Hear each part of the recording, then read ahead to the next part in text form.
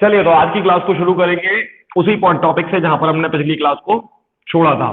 One dimensional motion के दो type थे, जिसमें से पहला हम काफी हद तक स्टडी कर चुके थे, छोटा मोटा हिस्सा रिवाइज करेंगे इसका, और दूसरा हिस्सा था नॉन यूनिफॉर्म। तो पहले हम यूनिफॉर्म मोशन मेंशन कर देंगे, यूनिफॉर्म, जिसका दूसरा नाम था नॉन एक्सेलरेटेड।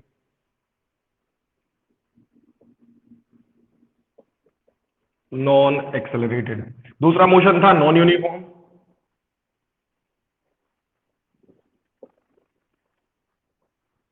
और इसका दूसरा नाम था एक्सेलरेटेड। तो सिंपल भाषा में बात करें तो एक्सेलरेटेड का मतलब होता है स्पीड का बदलना। तो नॉन एक्सेलरेटेड मोशन का सिंपल सा मतलब है स्पीड का ना बदलना, यानी एक ऐसा मोशन जिसमें स्पीड चेंज ही नहीं होती ना, एक लंबे ड्यूरेशन के दौरान या कंप्लीट मोशन के दौरान स्पीड चेंज नहीं होती, तो ऐसे मोशन को बोलते हैं नॉन एक्सेलरेटेड यानी कि यूनिफॉर्म मोशन। अब इसके अंदर दो फॉर्मूले थे जिस पर अपन बात कर रहे थे।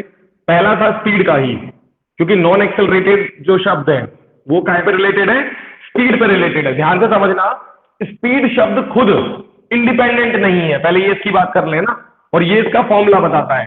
स्पीड खुद डिपेंडेंट है दो इंडिपेंडेंट क्वांटिटीज पे, डिस्टेंस और टाइम। टाइम है ना, इसको थोड़ा ध्यान से रिलेट करना जो मैं शब्द इस्तेमाल कर रहा हूं, कि डिस्टेंस और टाइम असल में इंडिपेंडेंट है। ये याद कर लेना आज के बाद, है ना, क्योंकि अपन ने 7 फंडामेंटल क्वांटिटीज देखी थी, उसमें ये दोनों शामिल थे। ये क्यों शामिल थे? क्योंकि फंडामेंटल का मतलब क्या होता है, इंडिपेंडेंट, जो खुद से बनता है, किसी और से नहीं बनता। क्लियर? तो ये दो इंडिपेंडेंट थे असली। ये इस चैप्टर से अगर तुम सीख के गए तो बहुत इंपॉर्टेंट बात सीख के जाओगे, क्या कि ये दोनों थी इंडिपेंडेंट। स्पीड जो तीसरी चीज हम यहां पे देख रहे हैं वो डिपेंडेंट है। और ये जो एक्सेलरेटेड शब्द इस्तेमाल हो रहा है ना, जिसका हम असली नाम अभी थोड़ी देर में देखेंगे, वो तो और भी ज्यादा डिपेंडेंट है, क्योंकि वो स्पीड पे भी डिपेंडेंट करता है। तो एक एक करके स्टेप बाय स्टेप चलना है कि ये दो असली क्वांटिटीज है इंडिपेंडेंट, इन दोनों को डिवाइड के जरिए, है ना, कभी कभी मल्टीप्लाई कर सकते हैं, कभी कभी ऐड या सब्ट्रैक्ट, वो हम आगे देखेंगे। बेसिकली अभी हमने इन दोनों को डिवाइड करके स्पीड जनरेट की। तो स्पीड का फॉर्मूला है डिस्टेंस अपॉन टाइम। वापस आते हैं अपने मोशन के बारे में बात करने के लिए। तो यूनिफॉर्म मोशन का मतलब था जिसमें सेम स्पीड पे मोशन होता है। नॉन एक्सेलरेटेड हमें ऐसा ही कुछ कहता है। तो इसीलिए जिस स्पीड पे हम मोशन कर रहे हैं वो स्पीड कैसे निकाली जाए, तो काफी आसान तरीका है, distance upon time, distance travelled upon time taken, इस तरह भी कह सकते हैं। तो आसान है ना, क्योंकि हम बोल रहे हैं कि सेम स्पीड से चलना है, तो आपने जितनी भी दूरी तय की है उसे अपने टोटल टाइम से डिवाइड कर दो। तो इससे तुम्हें पर आवर, है ना, या पर यूनिट टाइम, और प्रॉपर शब्द इस्तेमाल करें, पर आवर नहीं, क्योंकि हो सकता है कभी आपने टाइम को मिनट में और कभी सेकेंड में भी लिया हो। तो बेसिकली पर यूनिट टाइम, जिसमें यूनिट का मतलब है वन, तो पर यूनिट टाइम आपने जो डिस्टेंस ट्रेवल किया है उसी को बोला गया स्पीड। सिंपल भाषा में एग्जांपल से बात करते हैं। मान लेते हैं 10 सेकंड में हमने 50 मीटर चला, तो 10 सेकंड में 50 मीटर चला और सेम स्पीड से चला, मतलब हम पूरे टाइम मोशन एक रेगुलर वे में कर रहे थे। तो इस समय पे जो हमारी स्पीड है वो क्या बोली जाए दे, हम हमेशा, चाहे आप 10 सेकंड चलो, 100 सेकंड चलो, है ना, कितनी भी देर के लिए चलो, लेकिन हम पर, हाँ सागर, हो सकता है एक कॉल आया था मेरे पास, उसकी वजह से थोड़ा डिस्टर्ब हुआ है, तो फिर से सुन लो। तो स्पीड क्या होती है, डिस्टेंस अपॉन टाइम। जो फॉर्मूला हमें क्या बताता है कि आपने जितना भी डिस्टेंस ट्रेवल किया उसके लिए आपने जो भी टाइम लगाया उससे डिवाइड करो। तो डिवीजन की मेथड से हमें पता है कि इससे हमें क्या मिलेगा, कि हमने 1 सेकेंड में कितना ट्रेवल किया। डिस्टेंस अपॉन टाइम से जो फाइनल आंसर आएगा डिवाइड करने पे, जो कोशिएंट आएगा बेसिकली, है ना, कोशिएंट आता है डिवाइड करने पे, तो कोशिएंट जो आएगा वो होगा स्पीड। और ये स्पीड क्या बताएगा कि पर सेकेंड या पर आवर, इसलिए मैं कह रहा हूं पर यूनिट टाइम आपने जो डिस्टेंस ट्रेवल की है वो पता चलेगी, और उसी को बोलते हैं स्पीड। तो स्पीड का जो फॉर्मूला भी है वो भी यही है, distance travelled per unit time is called speed. तो ऐसा क्यों करते हैं, हम स्पीड को पर यूनिट टाइम क्यों डिफाइन करते हैं? तो एग्जांपल के लिए मैंने अभी कहा था कि अगर एक आदमी 10 सेकंड में 50 मीटर चलता है ना, तो इस 10 सेकंड में 50 मीटर चलने पर इस आदमी की स्पीड क्या होगी? तो बताने के लिए कई तरीके हैं, कोई बोल सकता है 50 मीटर है ना पर 10 सेकेंड, बट दूसरा इंसान 12 सेकेंड में 60 मीटर चला, तो उसकी स्पीड कहने को अगर ध्यान से सोचो इस फॉर्मूले के जरिए तो दोनों की स्पीड सेम है, लेकिन दोनों जब बोलेंगे तो दोनों के आंसर अलग होंगे। एक बोलेगा 50 मीटर पर 10 सेकेंड, एक बोलेगा 60 मीटर पर 12 सेकेंड, जबकि प्रॉपर आंसर क्या है 5 मीटर पर सेकेंड, है ना। दोनों समझ गए होंगे, क्योंकि 50 मीटर पर 10 सेकेंड, 50 मीटर डिस्टेंस है और 10 सेकेंड टाइम है, तो अगर इसको भी डिवाइड करेंगे तो आंसर क्या आएगा 50 अपॉन 10 तो 5 हो जाता है, और मीटर अपॉन सेकेंड कुछ भी नहीं होता, इसलिए वो बन जाता है मीटर पर सेकेंड। और इसी तरह 60 अपॉन 12 को भी सॉल्व करेंगे तो 60 मीटर चलने वाला आदमी 12 सेकेंड अगर लेता है तो इसकी स्पीड भी होगी 5 मीटर पर सेकेंड।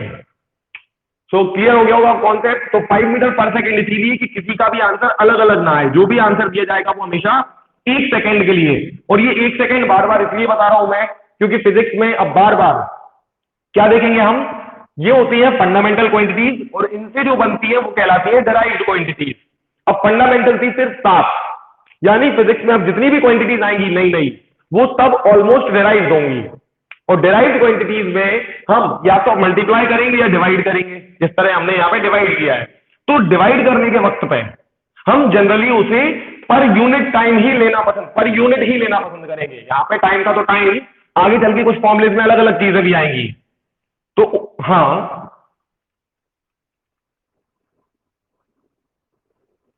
ये 50 मीटर पर 10 सेकेंड ना, ये देखो ये किससे से बता रहा था मैं कि स्पीड जो है वो डिस्टेंस अपॉन टाइम है ना। इसके लिए हम जो आंसर निकालते हैं, इधर से देख सकते हो एग्जांपल से और जल्दी समझोगे कि डिस्टेंस मान लो किसी की 50 मीटर है, कोई आदमी 50 मीटर चला और टाइम कितना लिया 10 सेकेंड। तो अब इससे अगर कोई पूछे कि बताओ तुम्हारी स्पीड क्या है, तो वो बोल सकता है 50 मीटर पर 10 सेकेंड। क्लियर है, ऐसा बोल सकता है बोलने के लिए, क्योंकि उसने इसी तरह ट्रेवल किया, अपना जो जर्नी है वो इसी तरह की है। सिमिलरली एक आदमी है जिसने 60 मीटर चला 12 सेकेंड में, तो वो अपनी स्पीड कैसे बोलेगा 60 मीटर पर 12 सेकेंड। लेकिन अगर ध्यान से देखें तो ये दोनों सेम स्पीड पे चल रहे थे। अगर हम फॉर्मूला अप्लाई करें तो देखेंगे बिल्कुल सेम स्पीड पे चल रहे हैं, और लॉजिकली भी हमें समझ में आ रहा है कि ये दोनों सेम स्पीड पे है। बस सिर्फ ये यूनिफॉर्म मोशन कर रहा हूं, मतलब पूरे टाइम एक जैसा मूवमेंट दिखाएं। ठीक है, तो अगर ये दोनों अपना जवाब इस तरह देंगे, है ना, इस तरह अगर ये दोनों अपना अपना आंसर देंगे, ये इधर ऐसे बताएगा और ये ऐसे बताएगा, तो दोनों अलग लगेंगे, सुनने में देखने में दोनों अलग नजर आएंगे, लेकिन अल्टीमेटली दोनों क्या है, दोनों सेम है। तो एक तो ये प्रॉब्लम थी, और सेकंड कि कभी भी आंसर इस तरह अलग अलग ना आए, मतलब एक ही प्रॉब्लम है दूसरी कोई प्रॉब्लम नहीं है, इस तरह दो आंसर ना आए, इसलिए हम उसको फाइनल डिवीजन देके पर सेकंड, यहां पर सेकंड की बात हुई है, basically per unit time define करते हैं।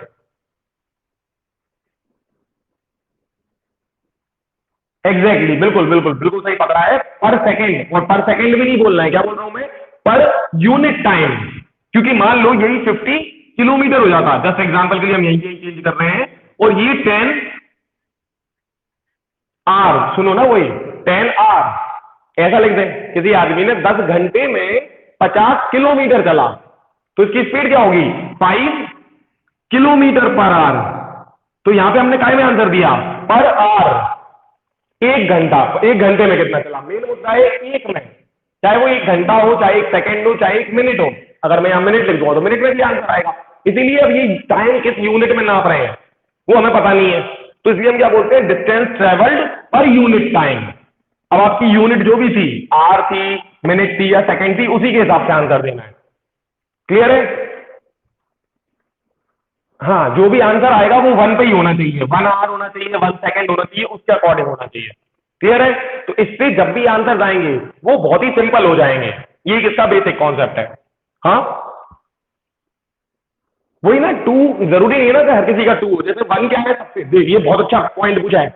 मैथ्स में, मैथ्स से समझाऊंगा इसको। मैं अगर बोलूं कि दुनिया की हर नंबर का एक कॉमन फैक्टर होता है, वो कौन है दुनिया के, हाँ, अच्छा ऐसे उल्टा उल्टा करते हैं, 6 के फैक्टर्स बताओ, 6 के फैक्टर्स बताओ, ऐसे समझ में आएगा। 6 के फैक्टर क्या है, 1 2 3 और 6। ऐसे ही अगर कोई पूछे 7 के फैक्टर क्या है, तो क्या है 1 और 7। यानी क्या देखने मिल रहा है कि सबका कॉमन फैक्टर क्या है 1। यानी हाँ बिल्कुल बिल्कुल सही कहा है। तो वही मैं जस्ट लिख रहा था इसलिए, तो 1 सबका कॉमन फैक्टर है। तो कॉमन फैक्टर होने की वजह से इसका मतलब क्या होता है कि हम 6 को भी 1 बना सकते हैं, 7 को भी 1 बना सकते हैं, सब नंबर्स को 1 बना सकते हैं। लेकिन यही की यही अभी हम इनसे सागर ने पूछा था कि पर 2 क्यों नहीं आंसर दिया, पर यूनिट टाइम आंसर दिया 2 आवर पे दे देते या 2 सेकंड पे दे देते। तो ध्यान से देखो 2 सेकंड पे लाना किसके लिए पॉसिबल है 6 जैसे नंबर के लिए, बेसिकली इवन नंबर्स के लिए। ऑड नंबर्स वालों को 2 आवर पे आंसर देना ही मुश्किल हो जाएगा, लेकिन 1 पे आंसर देना हर एक नंबर के लिए पॉसिबल है। समझ में आया? तो असल मैं यही चाह रहा था बस कि असल में क्या है, तुम चीजों की जड़ में घुस जाओ। ओजस कुछ भी नहीं हुआ बेटा, कोई एक्स्ट्रा बात नहीं हुई है। लास्ट जो तुमने अगर टॉपिक देखा होगा रिवीजन में, तो स्पीड का फॉर्मूला हमने देखा था डिस्टेंस अपॉन टाइम। और इसके बाद मैंने ये भी बताया था कि डिस्टेंस और टाइम इंडिपेंडेंट क्वांटिटीज है, फंडामेंटल क्वांटिटीज है। ठीक है, इसी को ही थोड़ा सा मैं डिस्क्राइब कर रहा था कि असल में अब हम इस चैप्टर में जब अंदर जाएंगे, और इवन फिजिक्स में ही, अभी तो तुम फर्स्ट चैप्टर पढ़ रहे हो, फिजिक्स में जैसे जैसे अंदर जाओगे नई नई क्वांटिटीज पैदा होंगी, नई नई क्वांटिटीज, जिसमें पहली क्वांटिटी अभी पैदा हो चुकी है स्पीड, है ना। स्पीड हमारी फंडामेंटल क्वांटिटीज वाले टॉपिक में नहीं थी 7 में से। तो ये क्या कहलाती है डिराइव्ड क्वांटिटी, उत्पन्न की गई, है ना। डिराइव मतलब उत्पन्न करना, तो उत्पन्न की गई है कैसे, दो फंडामेंटल क्वांटिटीज का इस्तेमाल करके, बेसिकली डिवाइड करके, जो हम देख पा रहे हैं डिवाइड करके दो क्वांटिटीज को। तो तीसरी क्वांटिटी मतलब एक नई क्वांटिटी, तीसरी तो नहीं बोलना चाहिए, 7 के बाद हम कह सकते हैं 8वीं, चलो 8वीं क्वांटिटी पैदा कर दी हमने, है ना ऐसे। तो ये हम कर रहे हैं, ठीक है। तो हाँ,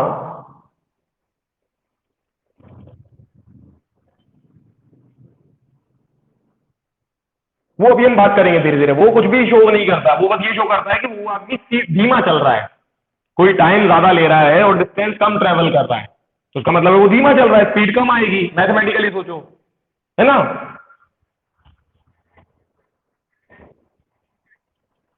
हम्म, 1 घंटे में पहुंचेंगे, आधे घंटे में, बिल्कुल बिल्कुल। हाँ। हम्म, डिनोमिनेटर,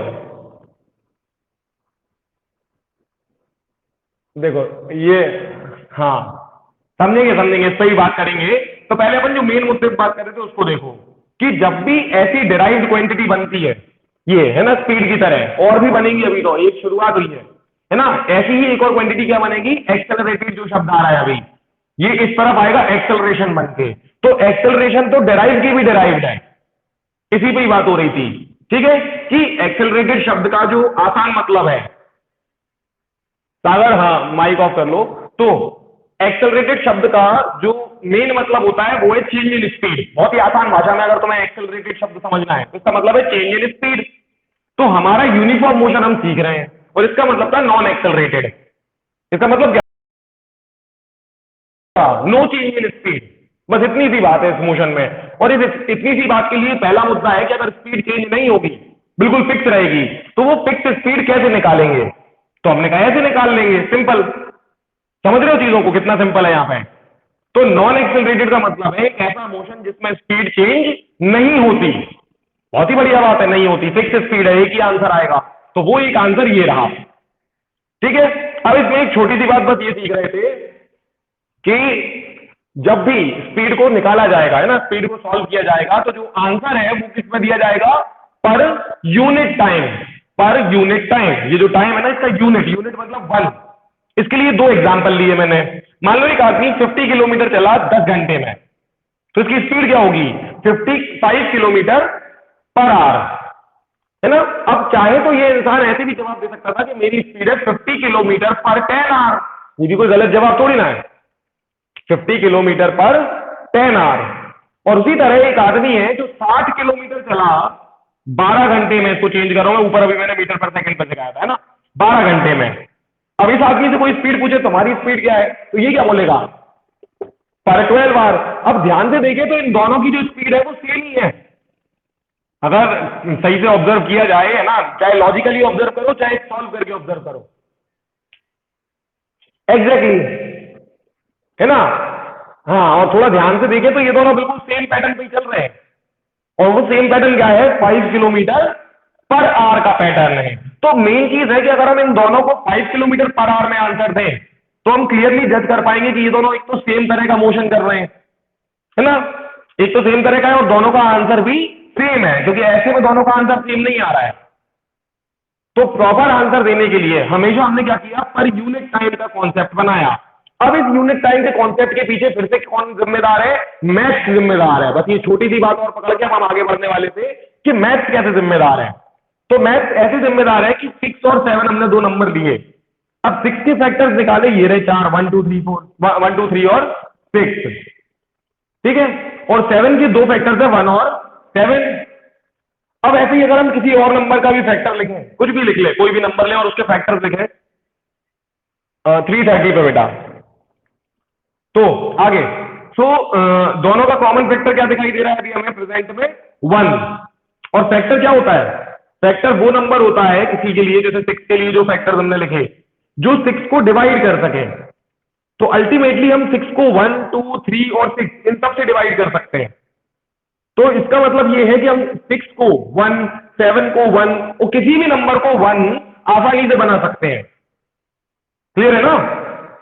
रिवर्स में बोले तो हम 1 को 6 बना सकते हैं, 1 को 7 भी बना सकते हैं, ऐसे ही 2 को 6 बना सकते हैं आराम से 3 टाइम करके। और ये मैंने शायद पिछले चैप्टर में सिखाया था ना, P upon Q is equal to P into N और Q इंटू एन, ये याद है पिछले चैप्टर में हम बात करते थे।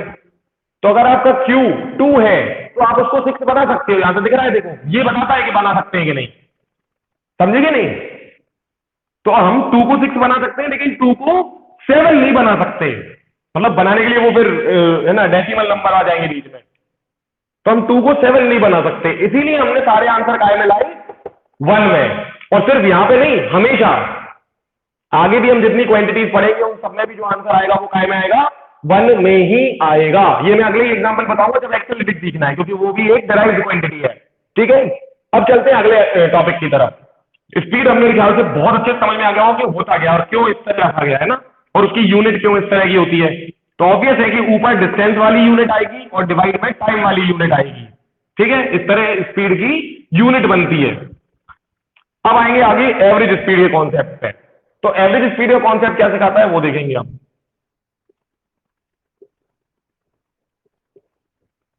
बस दो फॉर्मूले हैं यूनिफॉर्म मोशन के अंदर, इन दो को अच्छे से समझ गए तो यूनिफॉर्म मोशन में ज्यादा चीजें नहीं है। अब है एवरेज स्पीड। तो एवरेज स्पीड क्या चीज होती है, अब स्पीड तो सीख गए। तो एवरेज स्पीड का पहले देख ले फॉर्मूला, वो है टोटल डिस्टेंस ट्रेवल्ड, या है ना टोटल डिस्टेंस लिख लेंगे, और टोटल टाइम टेकन, ये है formula, total distance travelled upon total time taken.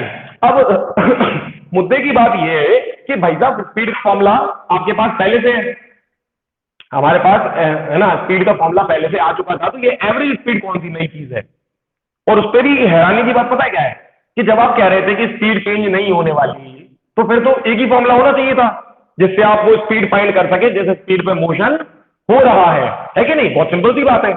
लेकिन हम एक और गहराई में उतरे इस चैप्टर की, इस टॉपिक की, बेसिकली यूनिफॉर्म मोशन की। तो हमने देखा कि मान लो एक इंसान है, आज मैं सेकंड केस सिखाऊंगा, बाकी लोग जिन्होंने पिछली क्लास अटेंड की थी एक और नया केस बता रहा हूं।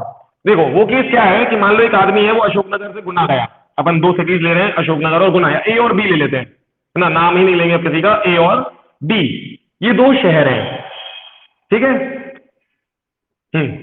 तो इन दोनों की जो दूरी है वो कितनी है, 60 किलोमीटर। अभी के लिए हम 60 मान रहे हैं, कुछ भी नंबर ले सकते हो हम कभी भी, ठीक है, इससे कभी डरना नहीं बस। हाँ क्या हो गया। हाँ नहीं नहीं नहीं, अभी नया होने वाला है कुछ इसमें, देखो ये वाला नहीं बताया था। तो ए और बी दो पॉइंट हैं जिनके बीच में 60 किलोमीटर की दूरी है। अब एक कार ए से शुरू हुई और बी की तरफ चली, मतलब ए से बी जा रही है, अभी कितनी स्पीड पे गई, 20 किलोमीटर पर आवर। इस स्पीड को फॉलो किया इस कार ने पूरे टाइम, क्योंकि यूनिफॉर्म मोशन की बात हो रही है ना। ए से बी तक ये car uniformly uniformly 20 kilometre per hour की स्पीड पे चलती रही, ठीक है। अब तुम्हें पहले तो ये बताना है कि ए से बी तक जाने में इस कार ने कितना समय लगाया, तो उसके लिए क्या अवेलेबल है, फॉर्मूला नंबर 1। आती है ना बात समझ गए, वेरी इजी। फॉर्मूला 1 इसीलिए बनाया गया है कि ऐसी छोटी मोटी समस्याएं सॉल्व हो जाए, क्योंकि अभी ये समस्या मैंने पूरी बनाई नहीं है। ध्यान सुनना, अगर समस्या इतनी ही दी हो कि 2 पॉइंट है ए और बी, 2 शहर है, 2 पॉइंट है, कुछ भी बोलो, और उनके बीच में डिस्टेंस 60 किलोमीटर है, एक कार 20 की स्पीड से चलना शुरू करती है और पूरे टाइम 20 की स्पीड चलती है, यूनिफॉर्म मोशन करती है, तो बताओ इस कार को कितना समय लगेगा। अगर सवाल सिर्फ इतना ही है, ठीक है, अगर सवाल सिर्फ इतना ही है तो आपके लिए कौन सा फॉर्मूला काम का है, फर्स्ट फॉर्मूला। कोई बात नहीं, जल्दी क्लास भी हो जाएगी, ज्यादा टाइम नहीं लगेगा। तो क्या बोला मैंने कि अगर सिर्फ प्रॉब्लम इतनी ही दी है ना, इतनी छोटी सी प्रॉब्लम दी हुई है कि 60 किलोमीटर जाना है और आपकी स्पीड 20 है, तो बताओ कितना समय लगेगा, तो ये तो फर्स्ट फॉर्मूले से हो जाता है। सेकंड फॉर्मूला कब काम आता है, एवरेज स्पीड। तो अब सुनो ध्यान से, पहले तो एवरेज स्पीड कब काम आता है, जब हम दो या दो से ज्यादा, मोर देन वन है ना, दो या दो से ज्यादा अलग अलग यूनिफॉर्म मोशंस को एक यूनिफॉर्म मोशन बनाना चाहते हैं। समझ गए इस बात को, यूनिफॉर्म मोशन बताया ना, एक ऐसा मोशन जिसमें पूरे टाइम स्पीड सेम रहती है बस, ठीक है, एक ऐसा मोशन जिसमें पूरे टाइम स्पीड सेम रहती है, ठीक है, और इसीलिए हाँ स्पीड, जिस स्पीड पे एक ऑब्जेक्ट चल रहा है वो पूरे टाइम सेम रहेगी, उसकी स्पीड चेंज नहीं होगी, कुछ भी, हाँ कुछ भी, हाँ जब जब तक, हाँ जिस स्पीड पे वो चल रहा है उसी पे ही चलता रहेगा पूरे टाइम, इसको बोलते हैं यूनिफॉर्म मोशन। इसके कई सारे एग्जांपल दूं, अगर अभी घर में पंखा चल रहा हो तुम्हारे, ठीक है, घर पे अगर पंखा चल रहा है तो उसको देखो, एक फिक्स नंबर पे चल रहा होगा, 2 3 4 5 कहीं ना कहीं चल रहा होगा, 5 पे है ना, जिस पे भी है, अगर उसको चेंज ना किया जाए तो देखो वो कैसा चल रहा है, यूनिफॉर्म मोशन कर रहा है, ठीक है ना, क्योंकि उसकी स्पीड चेंज थोड़ी हो रही है, एक रेगुलर स्पीड पे बार बार घूमे जा रहा है। अब अगर उसको तुम ऑब्जर्व करो तो 1 मिनट में उसके चक्कर देख सकते हो, तो देख लो, मान लो अगर तुम देख सको तो 1 सेकंड में वो कितने चक्कर लगा रहा है, 1 मिनट में कितने चक्कर लगा रहा है ये देखो, अगले मिनट में कितने लगा रहा है ये देखना, बिल्कुल सेम आएगा। तो इसका मतलब क्या है कि वो सेम टाइम में सेम डिस्टेंस ट्रेवल कर रहा है, ठीक है, हाँ। अब वो बहुत सारे सेकेंडरी रीजंस हैं, अगर अपन एक सब कुछ प्रॉपर माने जैसा हो रहा है तो उस हिसाब से तो बिल्कुल ठीक है ना ये, कि 1 मिनट में वो जितने चक्कर लगाएगा दूसरे मिनट में भी उतने ही चक्कर लगाएगा, ठीक है ना। गाड़ी के साथ अलग केसेस हैं, गाड़ी तो मैं अगर सच बताऊं, गाड़ी कभी भी यूनिफॉर्म मोशन नहीं करती है, बहुत ही कम चांसेस है गाड़ी यूनिफॉर्म मोशन करे, ठीक है ना। एक खाली सड़क हो और तुम मेंटेन करके चल पा रहे हो तभी पॉसिबल है, अगर भीड़ भरी सड़क पे हो तो इम्पॉसिबल है कि तुम यूनिफॉर्म मोशन कर सको, ठीक है ना। ट्रैफिक के बीच में यूनिफॉर्म मोशन नामुमकिन है, मान लो, है ना, क्योंकि उसमें आप एक सेम स्पीड पे चल ही नहीं सकते, आपको ब्रेक लगाना है, कभी स्पीड बढ़ानी है, कभी कम करनी है, कभी ज्यादा करनी है, क्लियर। अभी वापस, हाँ हाँ, डायरेक्शन को भी थोड़ी देर के लिए इग्नोर करके रखो, जस्ट पंखे का भी एग्जांपल वैसे देखा जाए गलत है ना, उसका सिर्फ जो स्पीड वाला पार्ट है वो यूनिफॉर्म है, डायरेक्शन वाला पार्ट यूनिफॉर्म नहीं है, उसको भी क्या चीज, हाँ यूनिफॉर्म मोशन बहुत ही कम देखने मिलता है रियल लाइफ में, ये बात समझ के चलो, बिल्कुल फिक्स बात है, रियल लाइफ में यूनिफॉर्म ना के बराबर है कभी तुम देख पाओ, ठीक है। मैं एक एग्जांपल मानता हूं, चींटियां जब चल रही होती हैं तो मैं मानता हूं काफी हद तक यूनिफॉर्म होता है, बस वो एक दूसरे से भिड़े ना, जिस तरह वो चल रही होती है काफी हद तक यूनिफॉर्म होता है, क्योंकि उनको पता नहीं कि स्पीड कम करनी है तेज करनी है, तो वो ऑलमोस्ट जो मोशन करती है। इसके अलावा मैं नहीं मानता यहां पर मैंने कभी रियल लाइफ में यूनिफॉर्म मोशन कहीं देखा है। हाँ हाँ हाँ, वो यूनिफॉर्म है लेकिन उसमें डायरेक्शन वाला प्रॉब्लम है, वो तुम अभी नहीं सीखोगे इस तरफ यूनिफॉर्म वाले में, उधर सीख जाओगे। हाँ,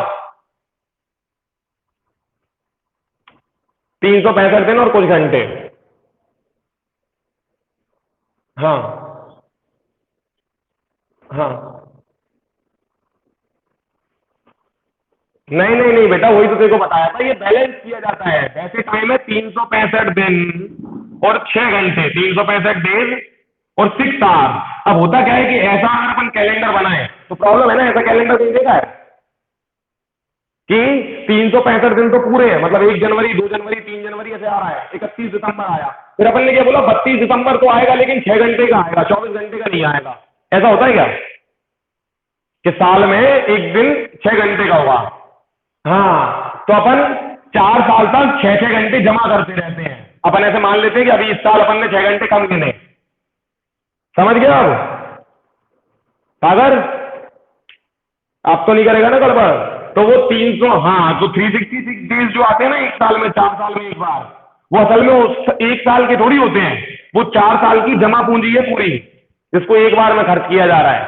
ठीक है, अब आगे बढ़, तो जल्दी से आगे देखते हैं क्या होता है। एवरेज स्पीड क्या है? स्पीड समझ में आई ना बहुत अच्छे से? एक ऐसा मोशन जिसमें स्पीड चेंज नहीं होती उसको बोलते हैं यूनिफॉर्म मोशन, जो इसके दूसरे नाम से भी पता चलता है।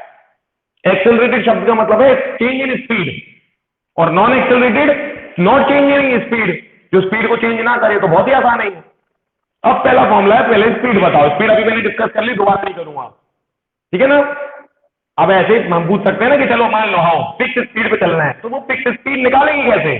तो हमने कहा देखो आपके पास दो इंडिपेंडेंट क्वांटिटीज है, वो तो कर सकते हो ना। जैसे सुनो कैसे, यही है, आपके पास दो पॉइंट है ए और बी, तो भैया इंची टेप लेके नाप लो, उसको किसी की जरूरत थोड़ी है, ये आपके पास मेथड है, आपने इसको फंडामेंटल क्वांटिटी माना है, डिस्टेंस को नाप लो और चलो फिर उस पर ए से बी तक जाके देखो, घड़ी ले लो, घड़ी भी है आपके पास। तो ये दो फंडामेंटल क्वांटिटीज आप आराम से नाप सकते थे, तो आपने वो नापी और डिवाइड कर दी, तो एक डिराइव्ड क्वांटिटी पैदा हो गई, उसी को स्पीड बोला गया। आ गई बात समझ में? कितना सिंपल सिंपल काम हो रहा है। अब आता है दूसरा प्रॉब्लम, ठीक है? पहला प्रॉब्लम कैसा होता है? ऐसा, मान लो ये मैं थोड़ा सा ऐसा लिख दूं कि एक आदमी ए से बी तक गया 60 किलोमीटर और टाइम कितना लगाया? 3 घंटे। तो देखो ये दोनों बातें आराम से नापी जा सकती है बिना किसी की हेल्प के, यही तो करते रहते हैं हम अक्सर, है ना? तो अब कोई स्पीड पूछे आराम से आंसर दे सकते हैं, बिल्कुल पॉसिबल है। समझ गए? तो ऐसी समस्याओं का जवाब देने के लिए बन गया फर्स्ट फॉर्मूला, बहुत ही सिंपल बेसिक फॉर्मूला। अब आती है नई समस्या, क्या कि एक आदमी ए से बी तक गया, अपन फर्स्ट फॉर्मूला सीख चुके हैं, सब समझ पाओगे इसको, है ना? 60 किलोमीटर की दूरी थी, ये फिक्स है दोनों पॉइंट, है ना? तो अब क्या करना है, ए से जाते वक्त एक कार ने स्पीड बता दी अपन ने पहले, अब स्पीड जानते हैं ना अपन इसलिए, तो एक कार 20 किलोमीटर पर आवर की स्पीड पे गई जाते वक्त, ठीक है? एक कार की स्पीड थी 20 किलोमीटर पर आवर, जब वो ए से बी तक जा रही थी, पूरे टाइम यही रही। लेकिन आते वक्त इस कार ने क्या किया, 30 की स्पीड मेंटेन कर ली, 30 किलोमीटर पर आवर, कोई दिक्कत नहीं है, पूरे टाइम 30 पे ही रही। तो इस कार ने क्या कर दिए, दो अलग अलग यूनिफॉर्म मोशन, नहीं नहीं यूनिफॉर्म तो किए, दो अलग अलग यूनिफॉर्म कर दिए। क्यों?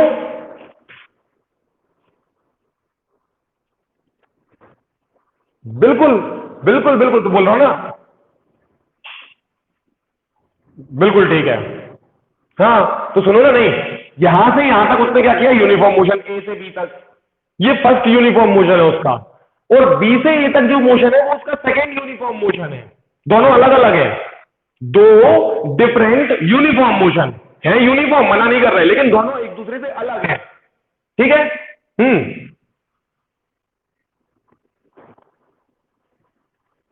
अरे एग्जाम्पल ले रहे हैं बेटा, एग्जाम्पल से सीख रहे हैं, फिर कभी कभी जो दूसरे केसेस है उनमें अप्लाई करेंगे। ये सब हाइपोथेटिकल है, ये हाँ, ये अपन को सब मन से मानना पड़ेगा, जैसे कि रियल लाइफ कोई केस नहीं है। हाँ, ट्रेन काफी हद तक यूनिफॉर्म करती है जब वो एक स्टेशन और दूसरे स्टेशन के बिल्कुल बीच में कहीं होती है, ठीक है ना? जब स्टेशन से चलती है तब नहीं कर रही होती, और जब स्टेशन आने वाला होता है तब नहीं कर रही होती, इस पर भी अपन सवाल बनाएंगे जब यहां आएंगे। लेकिन जब वो बीच में होती है तो काफी हद तक ट्राई करती है यूनिफॉर्म मोशन पर रहे, ठीक है ना? आगे बढ़ते हैं पहले, तो यहां हमने देखा कि एक ऑब्जेक्ट ने दो अलग अलग यूनिफॉर्म मोशन कर दिए, ठीक है? अब पहले ये दो अलग अलग यूनिफॉर्म मोशन को एक एक करके खोलते हैं, तो पहले ए से बी जा रहा था उसकी बात करते हैं। जाना था 60 किलोमीटर, स्पीड थी 20, कितना टाइम लगा हुआ?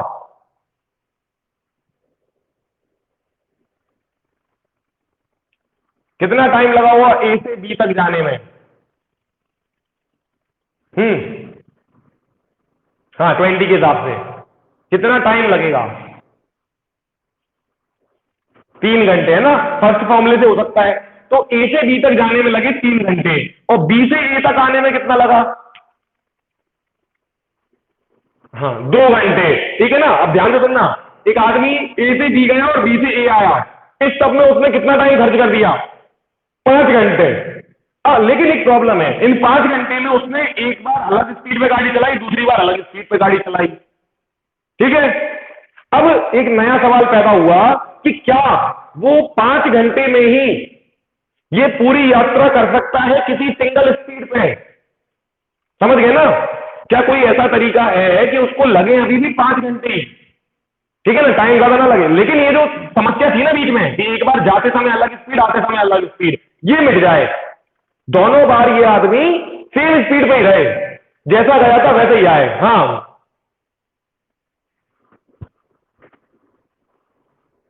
कोई बात नहीं, जो मैंने बताया वो उतना समझ में आ गया होगा ना, उससे आगे नहीं लिख रहा हूं, मैं बोल ही रहा हूं, उसको ध्यान से सुनना है ना। तो क्या समझ में आया कि ए से बी तक, ये थोड़े इशारे से भी समझता जा, ए से बी तक वो एक सेम स्पीड पे गया, यूनिफॉर्म था, बी से ए तक भी यूनिफॉर्म था, लेकिन ये ए से बी और बी से ए वाले यूनिफॉर्म एक दूसरे से अलग थे, और हम चाहते हैं पूरा मोशन ए से बी और बी से ए एक सिंगल यूनिफॉर्म मोशन बन जाए, लेकिन टाइम से बिल्कुल भी छेड़छाड़ नहीं करनी।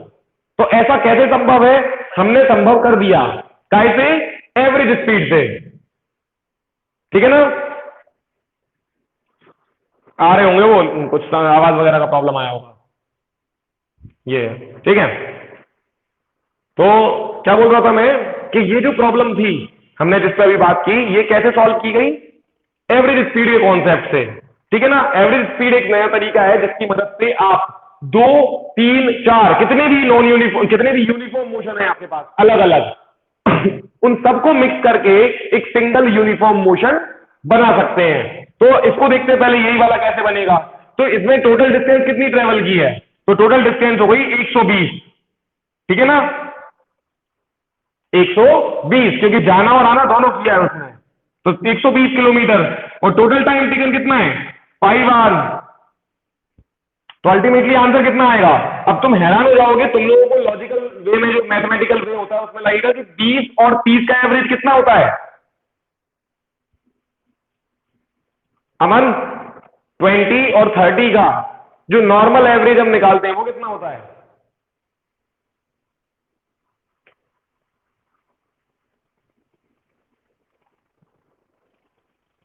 अगर अब एवरेज भी नहीं पता, देखो सिंपल मैथ का, सिंपल मैथ का एवरेज होता है मिड पॉइंट। 20 और 30 का, अरे 20 और 30 का मिड पॉइंट, अरे 25 बेटा, 20 और 30 का मिड पॉइंट। ऐसे नहीं ना, वही इन दोनों का आधा थोड़ी बोला है, इन दोनों का मिड पॉइंट, सेंटर पॉइंट 20 और 30 का। तो लॉजिकल वे में क्या आता है? 25 आता है,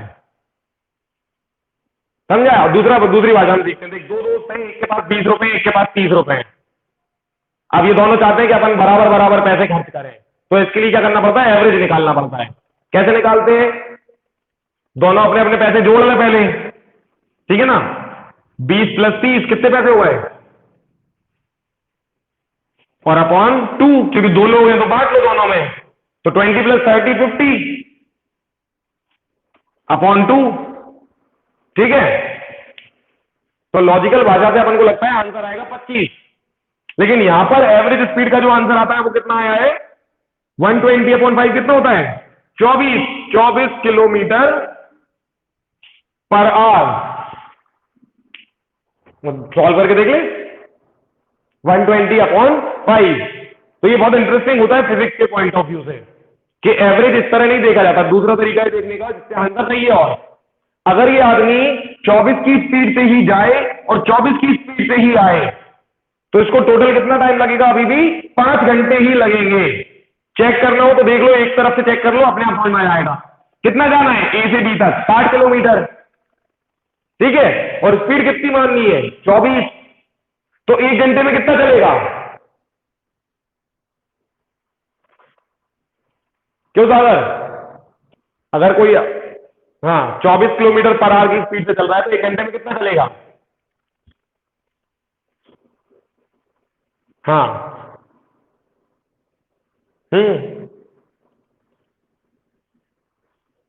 24, दो में कितना चलेगा? 48 है ना, और जाना कितना है अभी देख ले, 60। तो 48 जाने में उसको लगेंगे 2 घंटे, ठीक है ना। अब बचा कितना? बचा कितना है? 12। तो 12 के लिए कितना टाइम लेगा ये आदमी? आधा घंटा। यानी जाने जाने में कितना लगा, और आने में भी कितना लगेगा? तो टोटल कितना लगा? 5 ही लगा। लेकिन एक फायदा हुआ कि सेम ही स्पीड से गया और सेम ही स्पीड से आया, समझ गए? तो यही कॉन्सेप्ट होता है एवरेज स्पीड का, ठीक है ना। और हैरानी की बात है कि देखो 20 और 30 का जो एवरेज नॉर्मल आता है, मैथमेटिकल एवरेज, वो 25 आता है, लेकिन यहां पर एवरेज स्पीड वाले फॉर्मूले में इसका आंसर 24 आता है, ठीक है। तो इसके बारे में अभी अपन कल और बात करेंगे, थोड़ा और डिस्कस करेंगे कि और भी किस तरह से एवरेज स्पीड निकाली जाती है, क्योंकि कल अपन ने क्या देखा था, जब एक आदमी 3 पॉइंट पे ट्रेवल कर रहा था, ऐसा ए से बी और बी से सी, ऐसा माना था, है ना। तो इसमें भी एवरेज स्पीड निकाल सकते, कोई दिक्कत थोड़ी है, क्योंकि उसने यहां से यहां तक यूनिफॉर्म मोशन किया पहला, और यहां से यहां तक अलग यूनिफॉर्म किया। तो कोई बात नहीं, बस अपन भी एंड कर रहे हैं। तो समझ में आ रहा है पहले क्या बोल रहा हूं मैं, कि एवरेज स्पीड कई तरह के सवालों पर बनाई जा सकती है। एक ये वाला, जिसमें आप पहले एक पॉइंट से दूसरे पॉइंट तक एक अलग स्पीड से गए, और दूसरे से तीसरे तक एक अलग स्पीड पे गए, तो हो गए आपके दो अलग अलग यूनिफॉर्म मोशन। तो यहां पे एवरेज स्पीड लगा सकते हैं। और फिर ये भी केस हो सकता है कि आप गए एक पॉइंट से दूसरे पॉइंट तक और दूसरे से पहले तक आए, ठीक है ना। तो यहां पे भी आप एवरेज स्पीड यूज कर सकते हैं। आया समझ में इतना? चलो, तो आज की क्लास में इतना ही, ठीक है। कल इसको और आगे बढ़ाएंगे, ठीक है। Good day.